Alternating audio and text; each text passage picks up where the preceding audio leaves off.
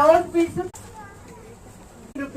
ఏమండి మీరు చంద్రకుమారి గారు ఇంకా ఇంకా మనం తొందరగా చేసేసుకుంటే అసలే లడ్డుపాటు అయిపోయింది కాబట్టి తొందరగా చేసేసుకుందాం. ఎందుకంటే మళ్ళీ కూడా పన్నెండు కావానికి. మేడం చెప్పండి. 2000